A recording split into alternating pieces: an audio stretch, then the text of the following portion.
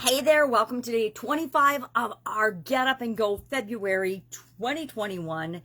This is our sixth Get Up and Go challenge, our 30 plus day challenge. We're going to go a little bit into March because we want to learn and actually internalize the SOAP framework. Today we're going to talk about brainwash. We're going to wash our brain, not in terms of convincing ourselves of things that aren't true or of adopting other people's thoughts and beliefs, but actually using the SOAP framework, to scrub and clean and wash our own brain, our own thoughts, our own beliefs. What are beliefs? Beliefs are thoughts that we think a lot, or beliefs or something that happened, a thought we think in a highly charged emotional event, either a positive or negative one.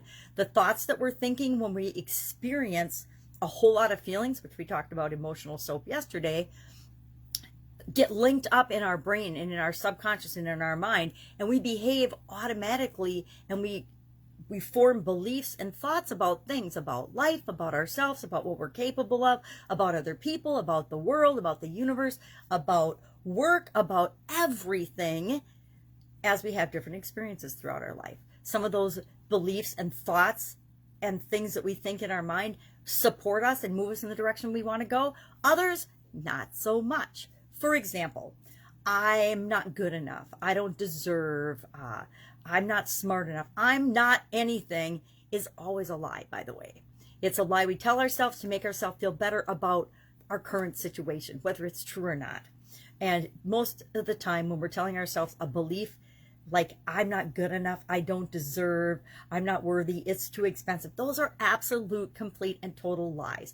All of us, every one of us on the planet, deserve whatever it is we want, what we want to go after, what we want to move toward, what we want to create and have in our lives. So how do we apply the SOAP framework to a belief or a thought? A thought, again, a belief is just a thought we think a lot, and now it becomes a belief.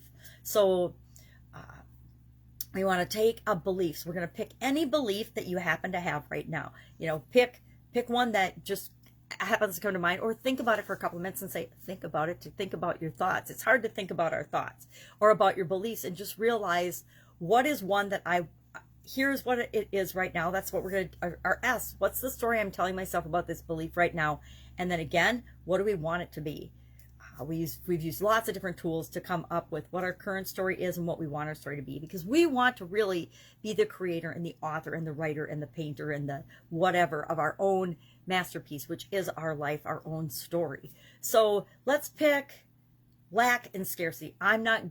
Anytime we say I'm not good enough, I don't deserve, it's too expensive, that comes from a position of lack and scarcity, thinking that, or that we're not good enough. I don't deserve it because, if I get this piece of the pie, then somebody else isn't going to get it.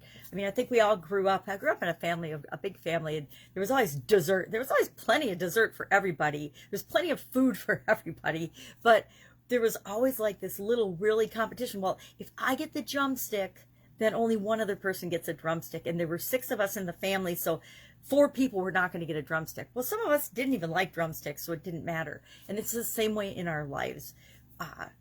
Just because we want something, everyone else on the planet does not want the same things we want. Actually, most people don't want the same things we want. We all want our basic needs met, but beyond that, how that happens in each of our individual lives is different and special and unique for each one of us. So there really is no lack or scarcity. It's just a lie that we tell ourselves that is used to help us buy products or keep us in fear or to control us into thinking that we should stay small and not create what it is that we want in our lives. So let's use lack and scarcity. Let's say I can't afford it. It's too expensive. Whatever phrase you like. And I'm just going to let's just pick one. What do I want to do? I actually did the homework ahead of time, but I kept it very vague. It was just based on lack and scarcity. So let me think of what are some thoughts or beliefs around lack and scarcity. You could ask yourself that question. So we want to just pick something, and as we ask ourselves those questions, we're uncovering our own personal story with respect to that thing. Now, maybe you don't have any thoughts of lack or scarcity or I'm not good enough or whatever in your life. Well, maybe there's something else. Maybe I'm too tall, I'm too short, I'm too young, I'm too old. Any belief that's actually limiting you from going for what you want, and you're using it as an excuse, because our beliefs sometimes are an excuse for not changing our lives, for not doing something different. Pick one of those, any one of those, and we're going to run it through the SOAP framework. So I'm going to pick, I can't afford it. It's too expensive. That's kind of a financial one. Let's see if we can think of one that, but it speaks to lack and scarcity. So let's just say I am experiencing lack and scarcity in my life. I think I can't afford certain things. I think I don't deserve to have certain things. And that, of course, all feeds into the I'm not good enough one, which, you know, some of us work on that one our entire life. Why? Where did it come from? We could spend decades figuring that out, but does it really matter, or do we just want to change it? I just want to change it. So when I come upon something that's awesome and I really want to buy it, I don't talk myself out of it because I don't think I'm good enough or that I deserve it. Whether it's a pair of new earrings, maybe a pair of new microphones that when you have your microphone, it doesn't go on your shirt and make clankety noises so that you have to take it off. I really just have to find my wireless mic. So what's the story? What is the story I'm telling myself about I can't afford it, right? And usually when we start looking into these beliefs, we find, as we're examining our current story, we usually find a little pieces and bits of where that came from and why we might have and be experiencing that. But the most important part isn't spending our time dwelling on what is. So the most important thing to do when you're analyzing your current story is to be 100% honest with yourself. You're not telling anybody else. Nobody else is seeing what you're telling yourself about your current story. So if you really want to change it and you really want to improve it, just be perfectly honest with yourself. Remember, our ego and our subconscious are going to try to prevent us from being honest with ourselves. And we want to really try to break through that and ask questions. That's why the 7 why is such a powerful way of creating and adding upon our story. So story, what is your current situation? What's the belief? What are your thoughts? What are your experiences with that belief that are creating or have created up until this point your current story? Well, now what do you want it to be? I don't want to ever look at something and say, I can't afford it or it's too expensive, because that's telling me, number one, lack and scarcity. Number two, that I don't deserve it. I'm not good enough to have that thing. You know, maybe it's a new Fitbit. Maybe I could use a new Fitbit. Maybe it's a new set of earrings or jewelry. Maybe it's not a material thing at all. Maybe it's I want a piece of dessert and I think I don't deserve that. I'm not going to have that triple layer caramel cheesecake or whatever it is. There's some really yummy caramel desserts. So what do I want? I want to look at things and have an abundance mentality and an I deserve it mentality. I'm totally worth it. I look at it, I weigh it based on things that don't have anything to do with lack and scarcity or taking it from someone else, etc. I want to have an abundance mentality. Well, what are my options? How do I get from where I am thinking it's too expensive to I can afford whatever I want? How do I get that? How do I bridge that gap?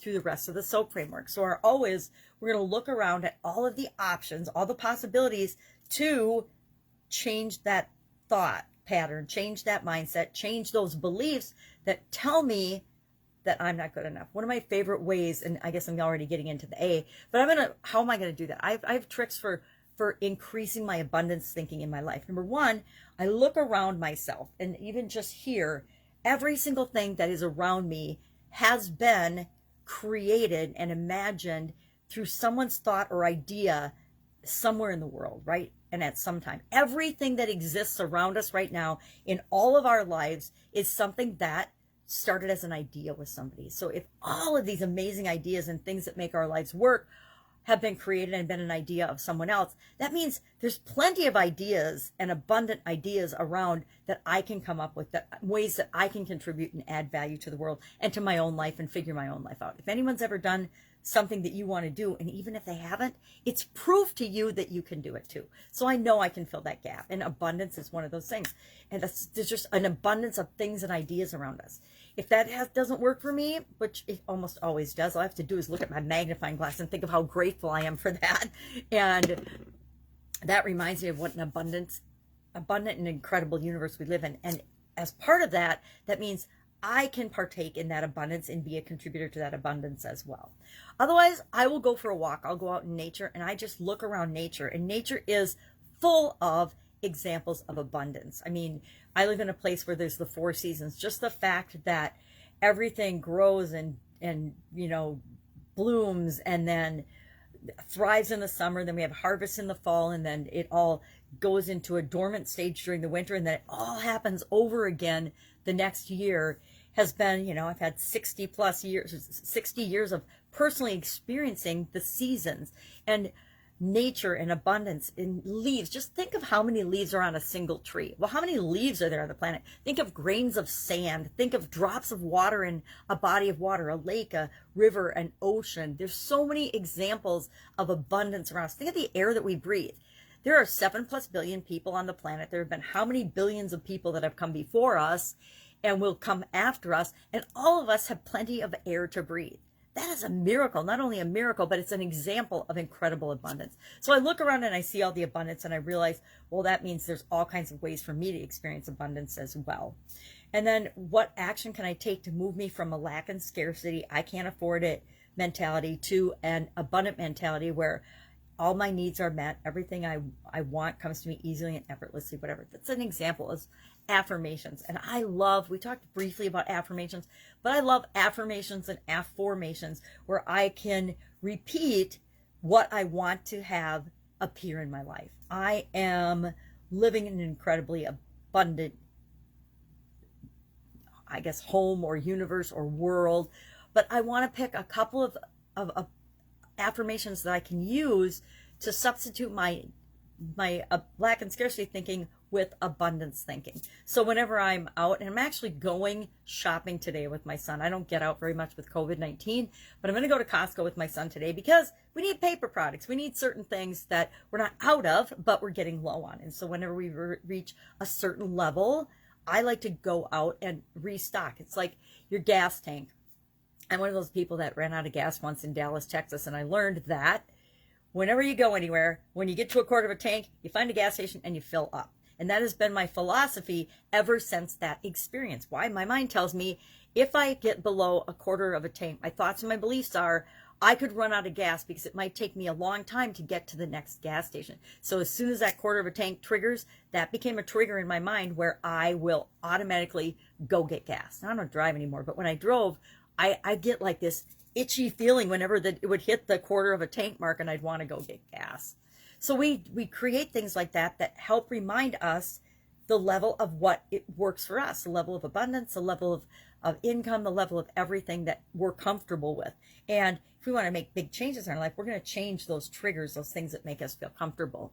So I want to have some affirmations whenever that sneaky, snaky thought of I can't afford it or lack or scarcity rear their ugly head, because I guarantee no matter how much I work on this, I can EFT it, I can do all kinds of different strategies on it, it's still going to pop up every once in a while, right? It's just like the I'm not good enough. I've done whole seminars and webinars and events on letting go strategies and how to let go of negative thoughts, negative beliefs, as well as negative emotions and negative feelings. Yet I still experience that whole plethora of emotions and feelings and thoughts and beliefs. They still pop up. So I want to have a response as soon as they appear in my life. And so I will have affirmations that automatically counter those thoughts. So I can't afford it. I can afford whatever is important to me, or something like that. So will have those, and I haven't done those today yet, but I'll come up with a couple for I can't afford it. What is the thing I want to tell myself immediately when that thought pops into my head? And I'll work it a little bit till I really have the one that is like, yeah, that's it. That's the thing that I will say, and I won't have any doubts or fears or worry about that ever again. It's kind of like with our physical well-being when we're dieting or something.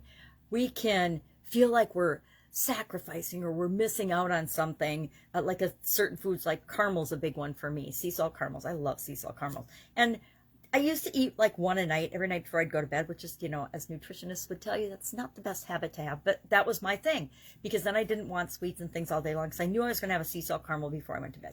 And I haven't done that for a long time, because I just kind of convinced myself that I don't need it and I don't want it. And it's not important for me to have that anymore. But it used to be I needed my sea salt caramel before I could go to bed and fall asleep. I'd take it with my medicine, so it was my my reasoning was if I took that, then it wouldn't give me a stomach ache. But I don't know if it worked or not. I haven't done it for a long time. So obviously it wasn't that important. But we can convince ourselves of anything, right? We can talk ourselves into as well as out of anything. We can look at a belief and we take away all its power because we realize it's absolutely positively not even true for us. A lot of the beliefs that we have are formed when we were really young children.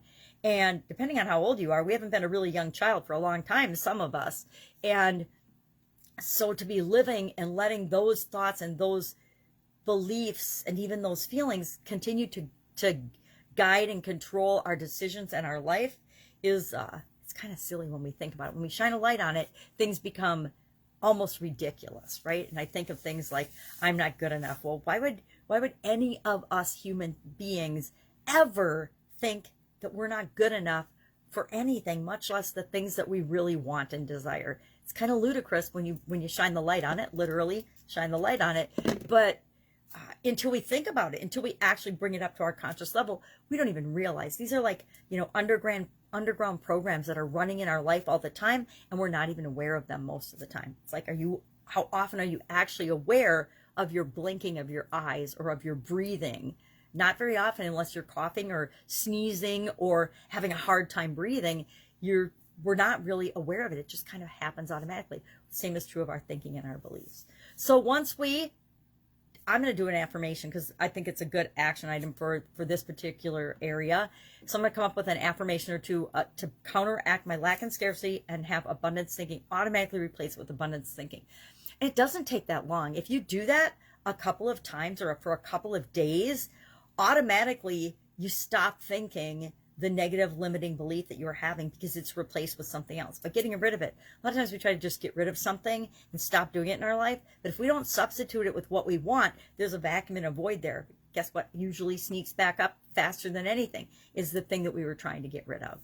So we're going to make progress. We're going to decide, are we making progress to improve this? Are we using our affirmation? Are we having thoughts and limiting beliefs less and positive, empowering beliefs more often? Yes or no? The tool I like to talk about with respect to our mental SOAP framework is gratitude. I don't know if you practice gratitude. I've been practicing gratitude for a really long time. And at a minimum, I think of 3 things I'm grateful for as soon as I wake up. And I think of 3 things I'm grateful for as I drift off and go to sleep at night. It might be things that I'm thankful for or grateful for that happened during that day, or it might be overall things. I'll tell you right now, one of the things that I say every single morning that I'm grateful for and thankful for is that I freaking wake up. Now, my perspective is different on that because I had a death experience about 10 years ago. And so I appreciate every single day that I wake up and that I'm here and that I'm above ground. Even if I wake up feeling rotten because I've got a migraine or a headache or my joints are aching, I'm just grateful to have woken up and to be here to have another day. Even when the dogs wake me up in the middle of the night or at 2 a.m. for no reason barking, and it was a deer or something outside, but I'm still grateful to wake up, and I'm grateful to wake up every single day. So there's always things to be grateful for.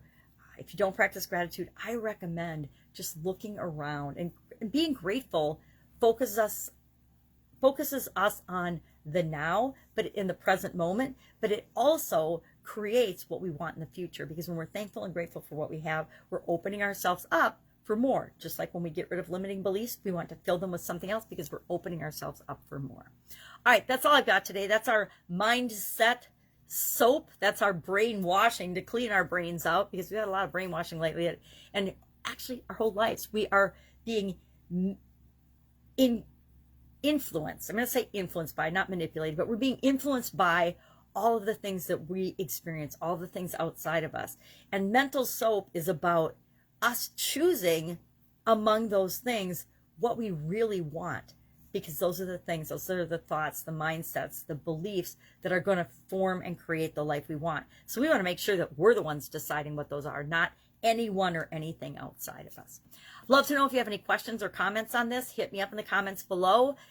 Otherwise, tomorrow we are going to talk about, let me see here. I think I mix them up sometimes, either spirit. We'll do spirit tomorrow. We'll do spiritual soap tomorrow. And we'll talk about our spiritual health. Remember, we've got the 7 key areas of our life. We're talking about physical, mental, emotional, spiritual, financial, relationships, and contribution. And we've done all of them now except except spiritual and our spiritual health and well-being and our contribution, how we show up and what do we do in the world. So tomorrow we'll talk about spiritual. Day after that, we'll talk about contribution. And then I'm going to have some surprises for you. We're going to do some fun things. I want to kind of mix up what we do through the challenge and see how we're doing, see how we're feeling, and are we making progress? Do we feel like overall we're better able and capable to handle change? Because if we don't, we got some more work to do. All right, have an amazing day. I'll be with you tomorrow. Bye.